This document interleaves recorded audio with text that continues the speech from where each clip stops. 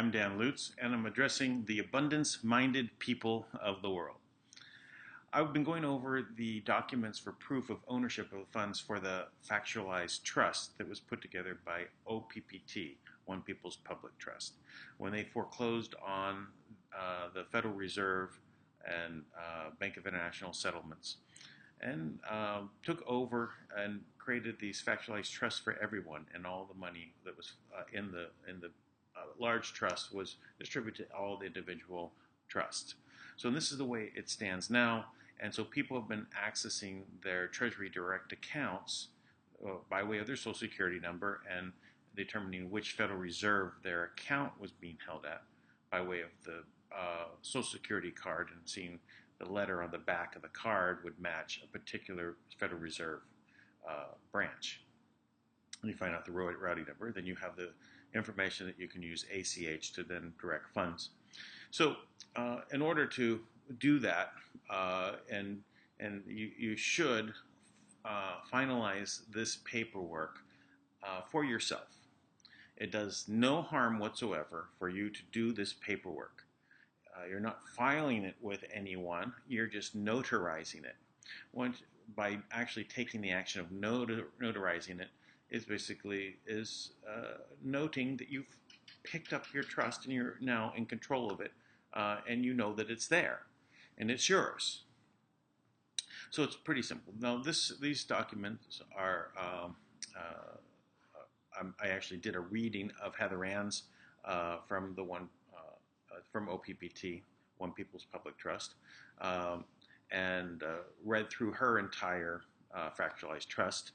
So now I'm going to actually go through the process with you, actually filling out your own.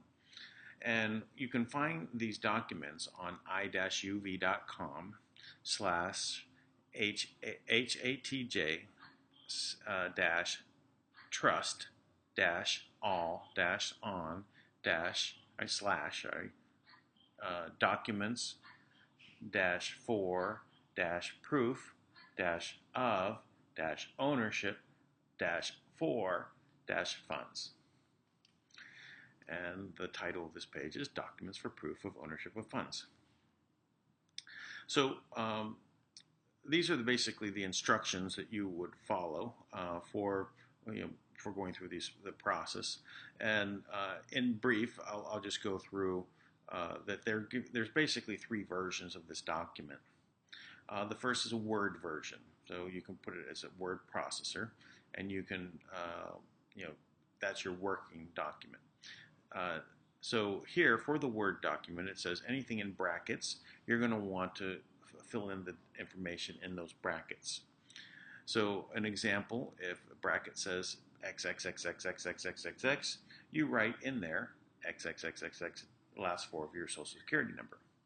If inside the bracket it has your full name in all caps, you will actually put it in there in your full name in full caps. If it basically in the bracket has initials and birth date, all in lowercase, that's what you'd put in there. If it has your full name with a capital letter only on the your full name, or first, middle, and last, that's the only thing you put in there, is capitalizing the first, middle, and last of your full name. So that's the basic principle. There's a PDF version.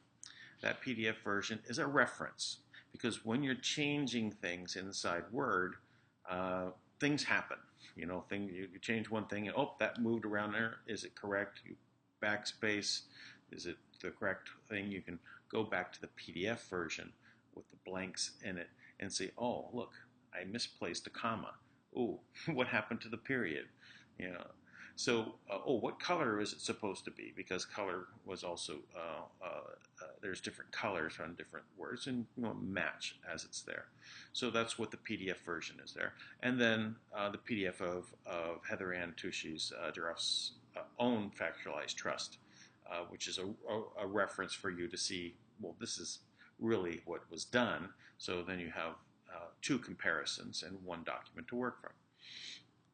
So I will put the links for this page down here for the individual actual ones there. So I'm going to just scroll down here to where it starts. So here's version 1, which is the Word document. All right, so you basically would just click on it to download it. Now, I've already downloaded them, so I'll just skip that, but yeah, there's the second one, and it's showing you what it would look like. So that's 7 pages on this one, the PDF version, and then Heather Ann's right here is also it. So I've downloaded these, and they're basically, here's the names of these files. So this one is Heather Ann's. This one is the Word document, and this one is the Factualized Trust document. So if I double click on the one that's the one we're going to be working from. Now, what I do when I start any new document in Word is I always immediately go ahead and save it under another name. So what I will start that. So save as,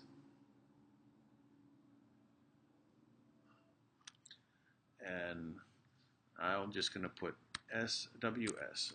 I use that as workspace, and just say save, and it's going to go right to where the other documents are.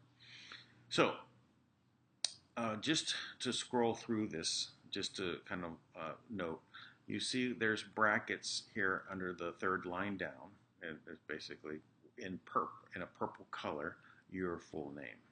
And the next is your birth date, is underneath that in red. Those are what's in the brackets. So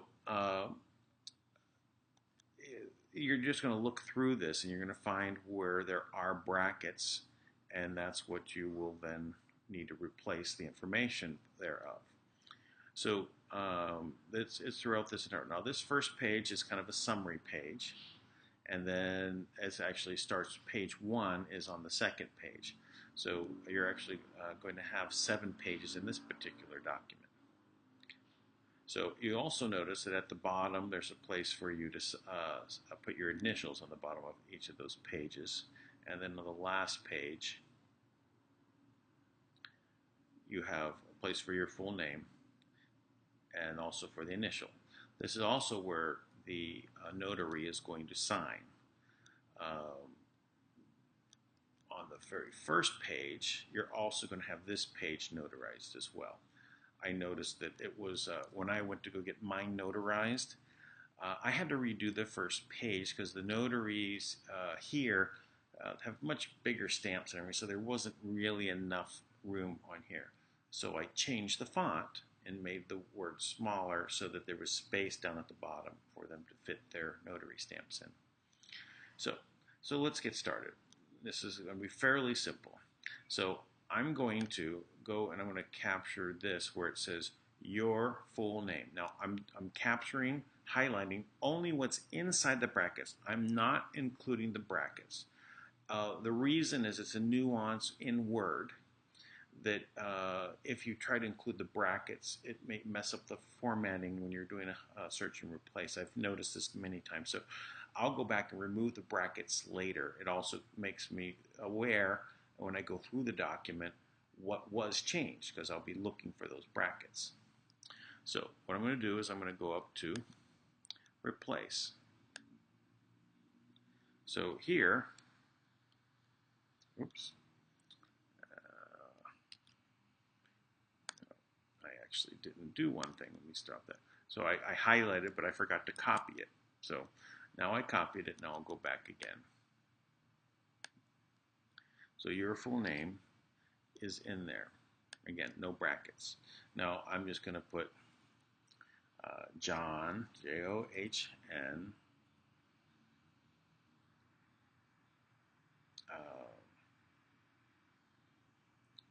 I am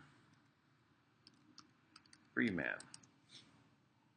So now I've matched where it says the capitals for just the Y, the F, and the N for your full name to the J, the I, and the F for John, I am Freeman. And I will say replace all. So it'll go through that and it'll find it. So there was 11 replacements. And that was it. It's going to be that simple as we go. So now, next, your birth date. So I'm going to copy that.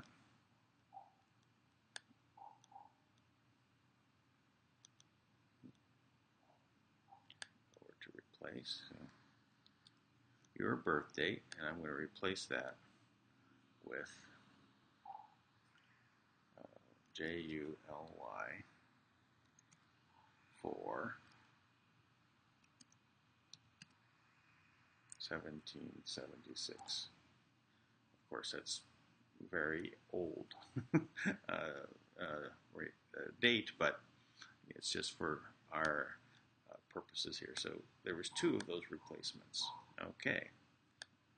Now I want to keep a note that you can see that the font color is exactly the same as before. So now I'll go down to your mailing address. So again, I'm going to copy that.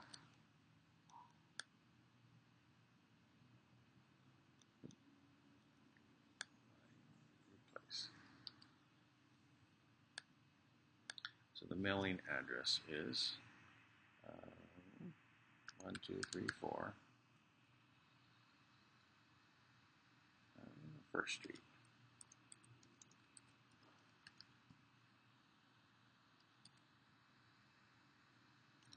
Let's say it's what does it say? Anytown.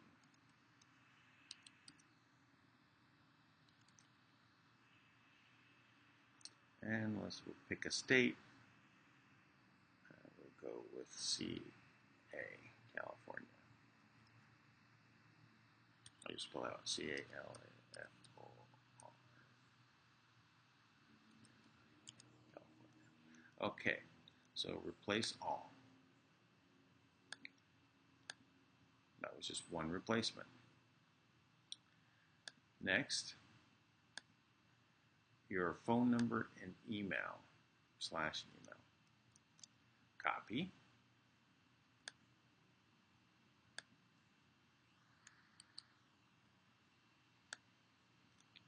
So your phone, now I'm just going to put 1-321-123-4567. And then I'm going to put a dash, slash, and then the email.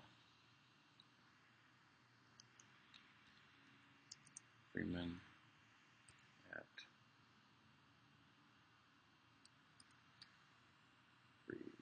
freepeople.org.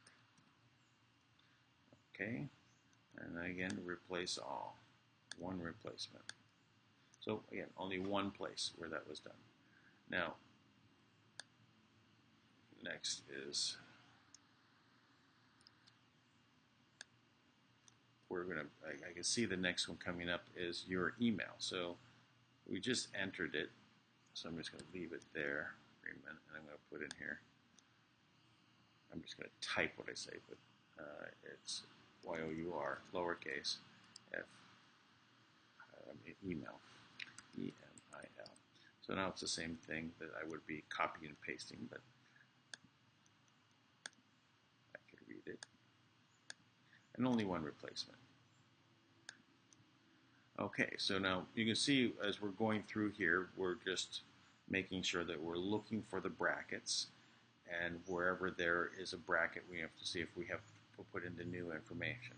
So just go line by line. So here's the next line, nothing there, no brackets there, no brackets there. Oh, right here, next line, initial date of birth. Okay, so I'm going to copy that.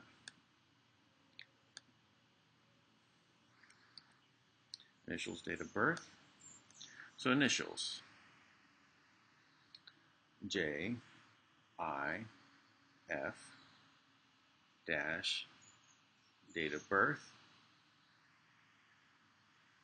JULY 4th, 1776. We'll put a comma in there. Okay, replace all. Found 2 replacements. Okay. So now the next line, well, the next line has brackets, but it's already replaced with the name. So now we're starting to find the work we've already done, already finished. So the next line, no, down here, original depository reference name. Okay, that's in there. And then factualized trust, or factualized, then there's the date and in there.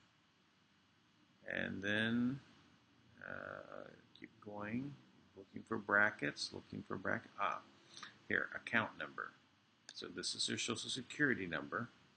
So I'm going to copy that.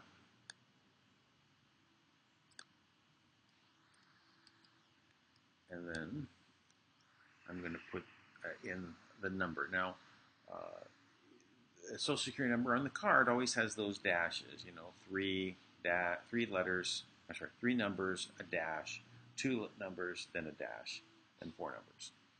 We're just going to effectively follow the format. It only has 9 numbers straight in a row with no dashes in between. So, but we're going to, you know, just substitute the last 4. So we're going to go XXXX, X, 5 X's, and then 1, 2, 3, 4, 5. Oh, sorry, last 4. Okay, replace all. Okay, there we go. Now, the next part, account names. So now this is where you're going to enter, this is where you have to be a little bit of thought behind what you need to put here. What this is all that possible entity names that you may have, what your account numbers are under. So, for example, when you were married, if you were a woman and you then took on a new last name, you have your previous name, and then you have your new married name. And then sometimes you get hyphenated names, and sometimes you use initials for the middle names, and sometimes people use initials for the first name. So whatever that you've ever done, any sort of checking account with, or anything where you'd put down a name, that name has a new account that's attached to it. So you're going to want to assume those accounts. So that's where you have to get creative. So here it's and these are all caps because these are the entities that you're basically claiming account names of. So you're going to have to basically create this particular segment of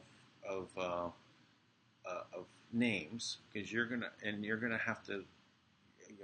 we're not going to do the search and replace this time, because we're going to just reference it whenever we need it and go back and grab it and copy it and paste it in, because you can't copy and paste. I'm sorry, you can't do a search and replace function that we've been doing when it's going to be different in different sections of the document. So right now we have to go ahead and make sure we're in the same ballpark here. So I'm going to switch these over. I'm going to put on caps locks, right? And so it's John I am Freeman. So I'm just going to put John Freeman. John space Freeman. So that's one. Oh, what happened? Caps locks did not work. Ah, there the caps lock is.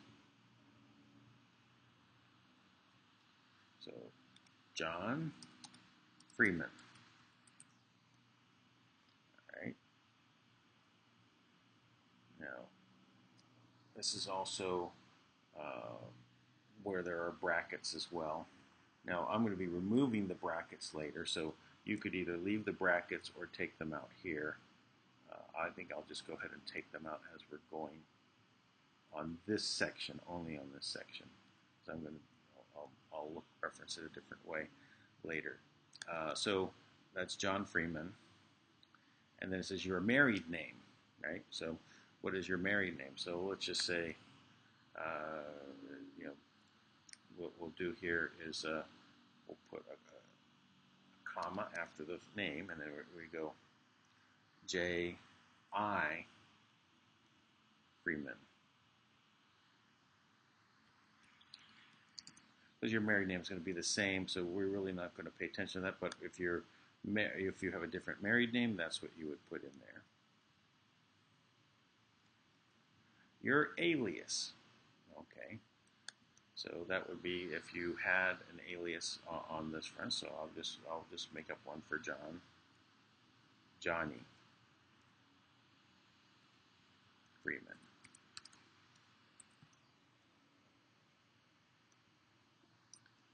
Okay, comma. So, but you get the idea. So that you could end up having 6 entries here. You could have 3 entries here. You could have 10 entries here. It's just how many names, different variations. No need to be shy. Put any variation that you can think of. Don't worry if it exists or doesn't exist. That's all you need to put there. So it also says here, names used on bank accounts. Again, same reason. Any name that you would have used. And then it says your birth name. So this would be the one that's on your birth certificate.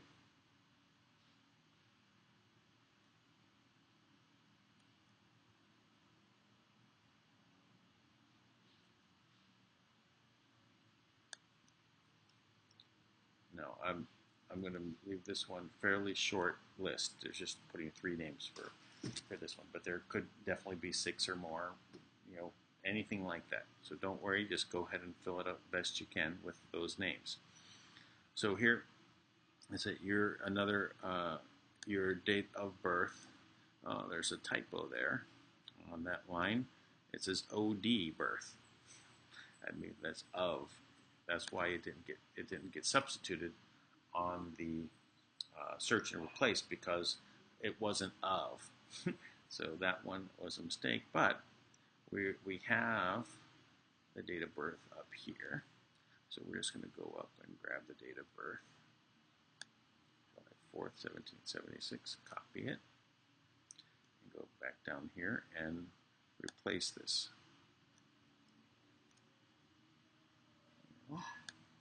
So that is all there is on that page. Now we go to the next page. And now this is the first page of the actual trust document. This is one of 6 pages. Now this is where you actually have a reference number. So with this it says FT dash DODD dash IM dash, and then we've got the JIF dash 4th of July 1776. So that's the reference number. So I'm going to take out the brackets in this case because it's not really clear, because the date in here makes it a little confusing. And I'm going to actually take out the TH. I'm just going to leave that in there. I'll leave July in there. And I'm actually going to make it JULY, all caps, because everything is in caps with some numbers after it. And I'm going to put 0 in front of that. July 4th, 1776. All right, so that is my reference number. What the reference number is specifically for when you are working on other documents. You want to refer to your trust, you use this reference number, your fractionalized trust reference number, this one, FTDODDIM dash JIF dash JULY 041776. That way, it always referencing this document. That's what it's for. Okay, so continuing on, is there any more brackets? Well, if we go down to 2A, you'll see that there's not brackets, right? There's actually parentheses. So don't change anything in the parentheses. That's not the squared off brackets. Just a note. And keep going. Any more brackets? Keep going down. So here we've got, a place where the names were substituted. Okay, right here it says your, oh, just almost close to the bottom, is it your married name? So we will just go ahead and put in the married name. And that's, notice that this is uh, with a capital letters for the beginning of each word. So I'm going to copy that and go to replace. John, take off caps lock. John, John,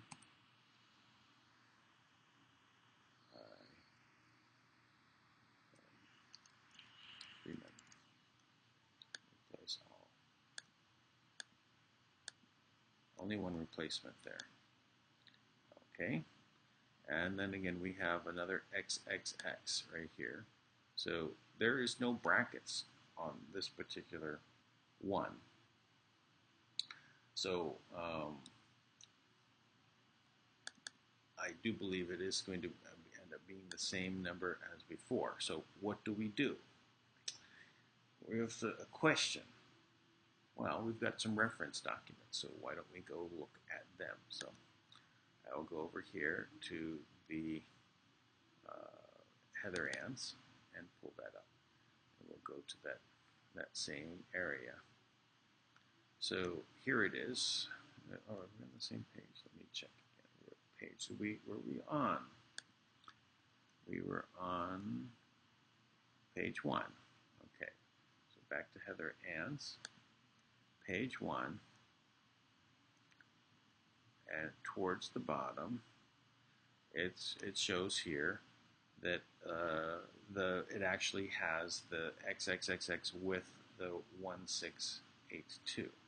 So we will go ahead and do it. And then if you notice also in there, the beginning part of E5 in this section, it's showing that the names are in lowercase, uppercase in the beginning, and then after it goes to the account number, then everything with account names, it again refers to everything in capitalized. So this is going to be one of the places we're going to replace all of those names to be the same as we had on the section above.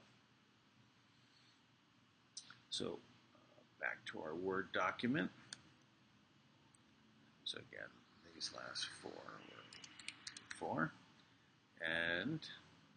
and account name. So here's the John Freeman, and it actually is moved down to the next page. So we're going to go back up, and we're going to capture that from this first section, account names. So remember, we only had 3, but we could have many more. So we're going to copy that. We're going to go back down to this one, and it says account names, and so we're just going to substitute them right here.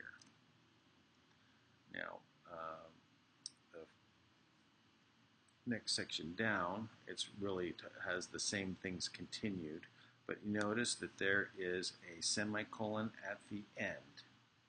So really, we've already replaced all of these, but there's a semicolon at the end. So I'm going to bring that semicolon up to the end.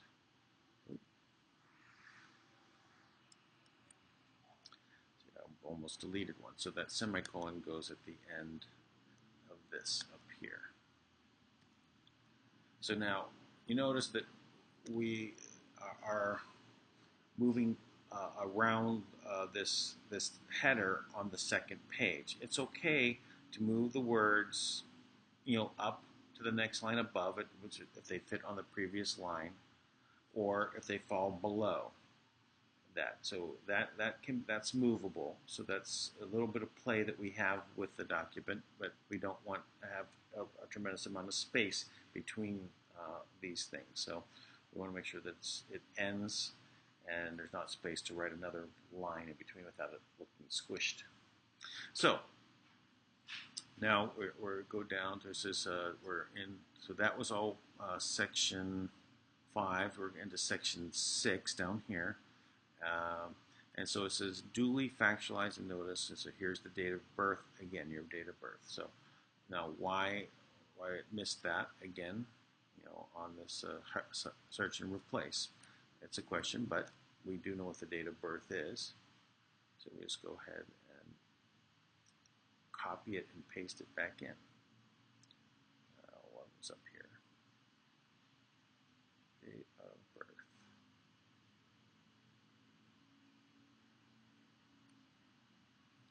Where's now? I can't find. Oh, here it is. Well, date of birth seems to be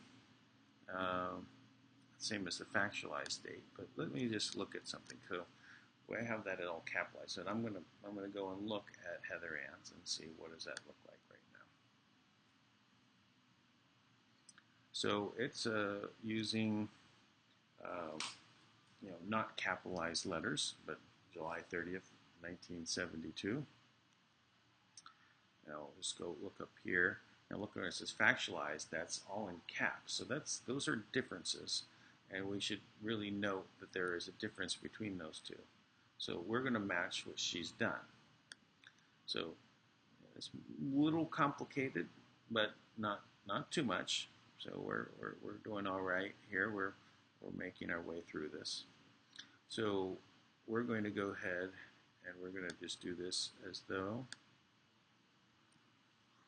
there's more of them down below. So we'll do the search and replace. Your date of birth. July 4th, 1776. Replace all. Back to the beginning. Okay, only one replacement in there. All right, so it didn't do us any good to do that. We could have just typed it in, but that's all right. Search and replace is still the thing we should do. So I'm scanning, and I'm looking for where there's brackets. So we're on the page 3. Now notice that this is where the header for the third page is popped up to the second page. So we can push that down by just hitting return here. Took 2 returns. And there's actually room up there for another couple lines. So I'm actually going to go ahead and take a couple of these lines and throw them up here. Now, there's still more room. So I'm going to take even another line.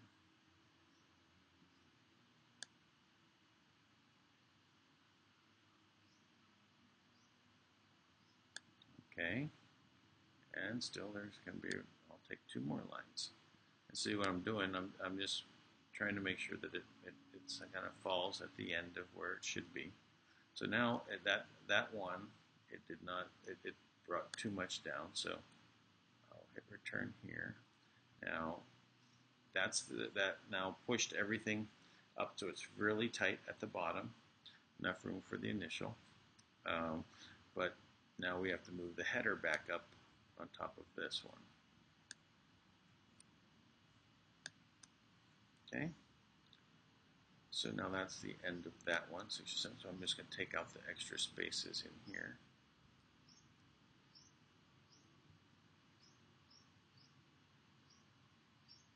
And there's no additional line spaces between any section. It just flows to the next, flows to the next, flows to the next. So no more brackets. We're doing okay. No more brackets. Again, the same issue with this one. The header is moved up to the next one above, so we can move that. So it looks like we have a few lines, so I'll take a chunk, move it up.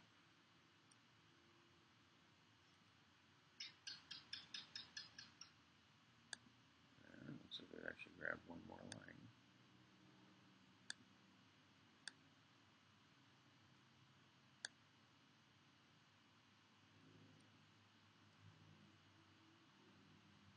Okay.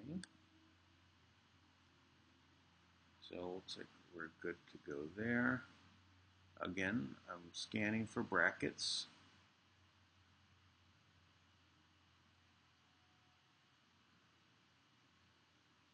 No, doesn't look like we've got any. So now, this time I'm just going to move the header down instead of moving the other words up. Just a judgment call there.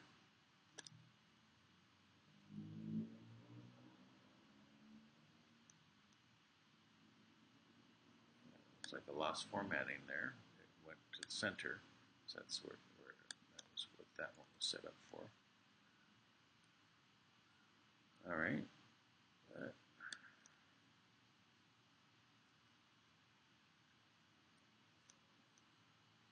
Still need to move some lines.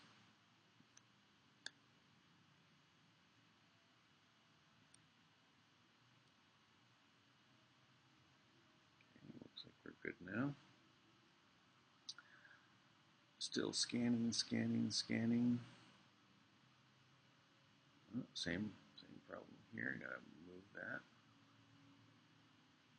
So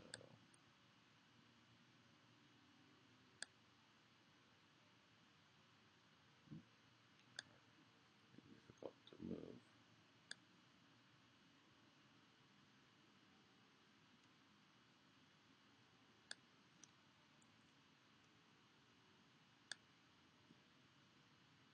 Left justified. And looks like let's move this one up.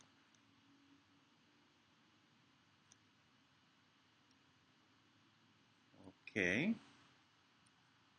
And on we go. On we go. Any more? Nope.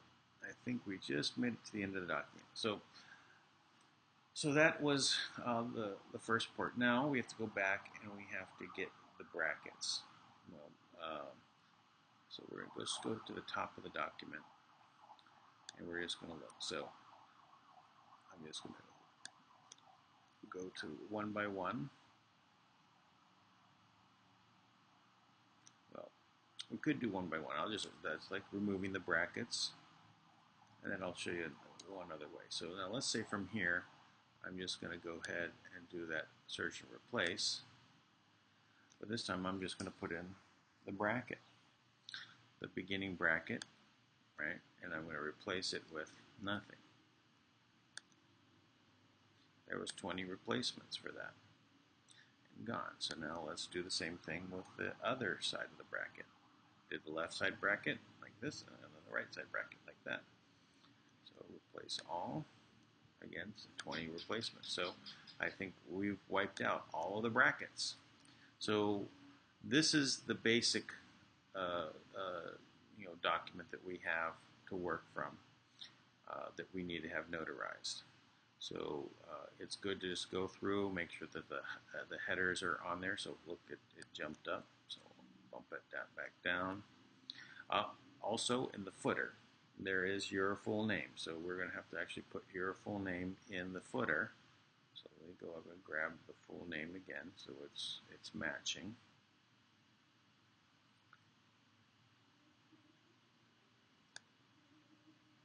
So copy, go to the footer, double click.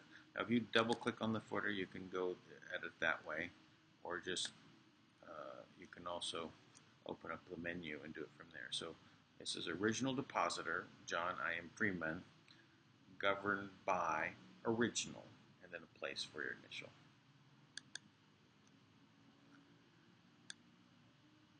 So this is the document that you need to have notarized.